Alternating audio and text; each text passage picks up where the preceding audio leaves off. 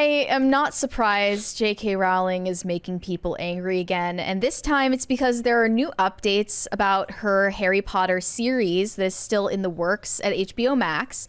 And we talked about this when it was originally announced, but they have finally found a writer and showrunner as well as a director. They've got Francesca Gardner as the writer and showrunner, and Mark Mylod, am I saying that right? It sounds like Mylod. Mylod is tapped to direct multiple episodes. Both of them worked on Succession in the past. Yep. So here's some of her credits for writing. Yeah. So she did, it seems like her most recent work that was multiple episodes was 2020 to 2022. She was working on His Dark Materials, but she also did episodes of The Man in the High Castle, Medici, Crossing Lines, The Transporter. He's also directed episodes of Game of Thrones. I want to point out and the second season of The Last of Us, ooh. I want to point out that doing episodes of Crossing Lines and The Transporter are not to be said as positives. I love those shows, but they're not exactly high entertainment, like high class television. It seems like you would know more about this than I would. Who has more authority on how the show comes out? The showrunner and writer or director? Showrunner. Okay. The director cannot make any. I mean, any edits. The director's job is going to be to bring the showrunners and the writers' ideas to life. Yeah. So. Yeah, that's fair. He also directed The Menu, which I really liked. There you go. That's a good one. But yeah, that's been in development since 2021, and I guess it's finally getting off the ground. I don't know who they've cast still for the child stars. He's done 16 episodes of Succession, so that's pretty impressive. Mm-hmm. But they have not announced the child actors who are going to be reprising the roles Those poor of kids. The original cast. I just know that once they are chosen and once they start doing press for this, it's going to be a mess. Like, I already know that there are going to be interviewers who want to corner them and ambush them with weird culture war bullshit. And I just really hope they're protected from the online discourse more than anything. But J.K. Rowling also released a statement when this came out. She said, "I'm truly thrilled to announce our director and writer, both of whom I have interviewed as part of the production team." So she's really hands-on. She said both have a genuine passion for Harry Potter, and having read Francesca's pilot script and heard Mark's vision, I'm certain the TV show will more than live up to expectations. It is fair to point out that she was very involved in the entirety of the film franchise production, right? This isn't like Hogwarts Legacy, where she basically signs off to let them make the game that she wants. I don't think that she's going to allow this to just be made in whatever way they see fit. She's going to be heavily involved in this. And that's the beauty. How much involvement did she have in Fantastic Beasts?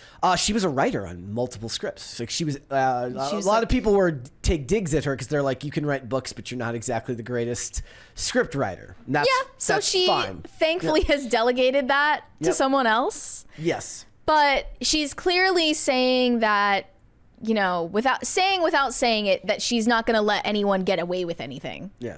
Or try to ruin her franchise. She's going to be one of the last authors that'll be allowed to do that because her contracts don't allow people to make a lot of decisions without her. Right. So I just want to go into some of the responses to this.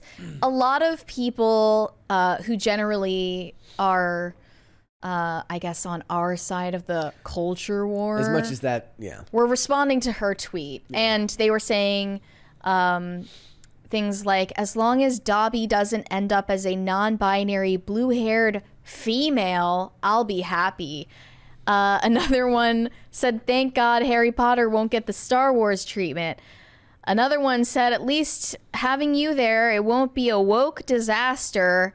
Another one said, would it become the woke nonsense like any other modern series, or will it be true Harry Potter we all love? That's the only question that bothers me.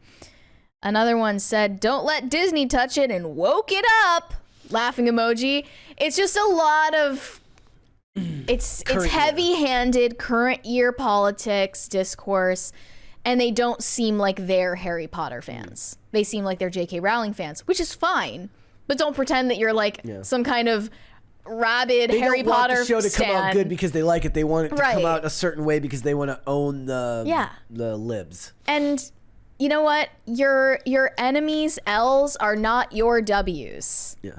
usually. Yeah, that's actually that's quite deep. It's true. It's true. When Disney fucks up The Acolyte and releases a pile of shit, yes, I like to see it, but it's not a W culturally. A W culturally is J.K. Rowling successfully keeping her creative vision faithful in this TV series, and it comes out and it does fantastically well, and it doesn't get bogged down with a bunch of talk about her personal opinions about gender ideology. And that would be one of the That's biggest, a W. That would be one of the biggest, hardest W's to reach to, because her talking points are so heavily contested in the space where all of this discourse happens, which is places like Twitter, right? Like, there's a reason why when Hogwarts Legacy came out, it became a weird cultural talking point, despite the fact that it was just a video game. And the fact that she was barely involved in it. Exactly. Aside from getting the checks. To be able to get this show from pre-production to production all the way through, think of the amount of hands it has to go through. You have to go through script writers, script editors, producers, directors, all of these people. Anywhere along the line, those people could fall victim to just wanting to appease the people that are complaining on the internet, not to mention what's going to happen to the poor child actors who are going to get absolutely dragged through this. You know crap. what? Just don't give them any interviews. Just Seriously. keep them away from the press, because the journalists out there who want to ask them questions are demons. But I wanted to read some other responses here. One said she can't bring herself to respond directly and publicly to Daniel Radcliffe's comments about her transphobia, so instead decides to commission an entire new visual adaptation of her books to shade them. Both hilarious and pathetic. Yes, she commissioned this. No. HBO, Warner Brothers was like, you know what we like, guys? We like money. We like making something tons Disney has never and said. Tons of fucking money, okay? And there's very few things that are as bankable still to this day as Harry Potter to normies. And to act like her recasting the original characters is some kind of slight. Yes. Is kind of ridiculous. Well, I mean, like, are they gonna do what she did, like where she's like Hermione was black, like the? Well, some people did say that actually. One person said all of J.K. Rowling's fans celebrating under her tweet, while also hoping it's not too woke. Meanwhile, I'm 99% certain that they're about to cast a little black girl as Hermione in order to divert hate away from the author and onto an innocent child. They think that they're going to cast Hermione as a black girl in order to make the controversy about a race swap rather than about J.K. Rowling. This master plan is not adding up to me. It would just intensify both. If anything, it would draw more attention to it, not less. Exactly. So you know what? I hope that doesn't happen for the child actor's sake and for the sake of the story being faithful to the original. Well, I mean, I just like what's going to be interesting is like, are they going to be adapting? I still don't know the strong details of like, is each season going to be a book? It's very hard to do that if you're going to keep these kids looking the same age from year to year to year to year. Yeah. Not an easy thing to produce and do. I mean, even when you think about what it took to get these books made, like these movies made at the time, like it was a big deal to be able to get them all done before the kids grew up too fast. Yeah, that's your entire life. Yeah. Basically. So these kids are going to be dragged through the coals. It's going to be awful. And not just that, but the adult actors too. So one of the interesting things about it is like a lot of the older actors that worked on Harry Potter were very live and let live with J.K. Rowling's views. We're like, look, like basically tried to say like, look, she's allowed to view whatever she wants. It was the kids that came out and had the strongest takes because that ideology is most prevalent amongst children. Well, amongst millennial adults, but they were kids. The ones who were kids when it was being made, who are now young adults, had the most to say because that ideology is playing the biggest role in their lives. The older people are like, oh, no, these people with the he's and the she's and the theys.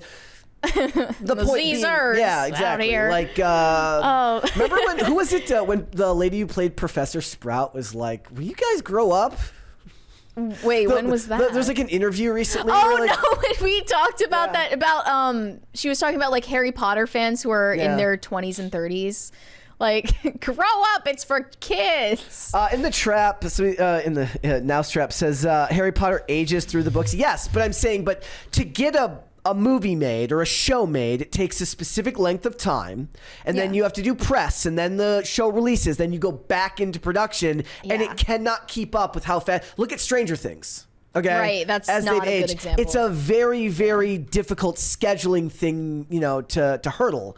Especially once they get more success and more jobs in the middle of Miriam the show. Margulies was the lady who said, well, I wish these Harry Potter fans would just grow up. Also, I saw one person who seems to ostensibly agree with J.K. Rowling's take on gender say that there's a double standard when it comes to the enforcement of the cancellations. They said Kanye got dumped by Adidas for a few interviews and a tweet. J.K. Rowling has gone off on trans people every day for 5 years, and she gets to produce an HBO show. Karen privilege at its best. This Karen privilege? She's kind of like Mel Gibson.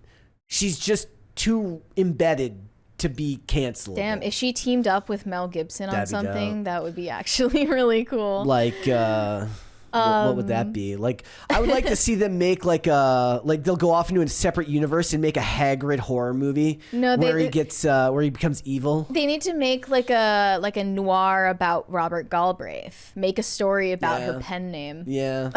I mean, or get him to do a CB Strike movie. Like the Corman Strike books, have them like she's promoting like the next season of that right now. She also wrote Argyle, so there's that. We don't know. We are the fake news. Another person said, "Oh wow, you're tweeting about something other than trans people. That must have been really hard since you're so obsessed with them. Like how you seem to stop caring about Fantastic Beasts when that flopped. Anyways, boycott this show." Yeah. Guys, don't boycott this show. It's not going to happen. If you're genuinely interested in it, watch it. Honestly, if you're just trying to watch something out of spite because J.K. Rowling is making money off of it, that's lame. Yeah. If you care about watching it and you think it will be entertaining, give it a chance. That's ignore the culture war in that aspect of it for it. Yeah. Only check something out if it actually genuinely interests you. Right. Right. And we'll see where it goes. I mean, we're a long way off from this being done anytime soon because production will take a long time. I'm sure. Production, post-production, release dates and stuff like that. Watch them cast one of Prince William's children in it. The ultimate monarchy Nepo cast. They made they did make Hermione Black in the stage play. Yeah. But that's the stage play. And you can did you see that anything that they got another actress playing Juliet in that stage play? I think she was an understudy. There was one day when she was sick or something. It was really funny because then people were like, they replaced her. I'm like, no, they didn't replace her, but understudy. Yeah. But of course, there's the one day where a clip came out of them doing the curtain call for that. Right. Yeah. Thanks for watching. Listen to full episodes of Pop Culture Crisis on Spotify. Keep up with us on social media and make sure you subscribe and ring that bell so you never miss the show. Bye, guys.